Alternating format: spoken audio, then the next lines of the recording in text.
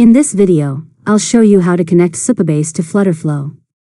First, sign into your FlutterFlow account and open the project you want to connect. Then, click Settings and Integrations and open the Supabase section. Next, click Connect Supabase.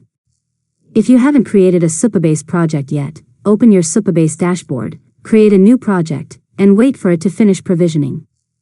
After that, return to your Supabase project and copy the project URL and the anon API key. Go back to FlutterFlow, paste these values into the required fields, and save the connection. Now, let FlutterFlow verify the connection. Once it's successful, you can browse your Supabase tables, configure authentication if needed, and use your database throughout your app.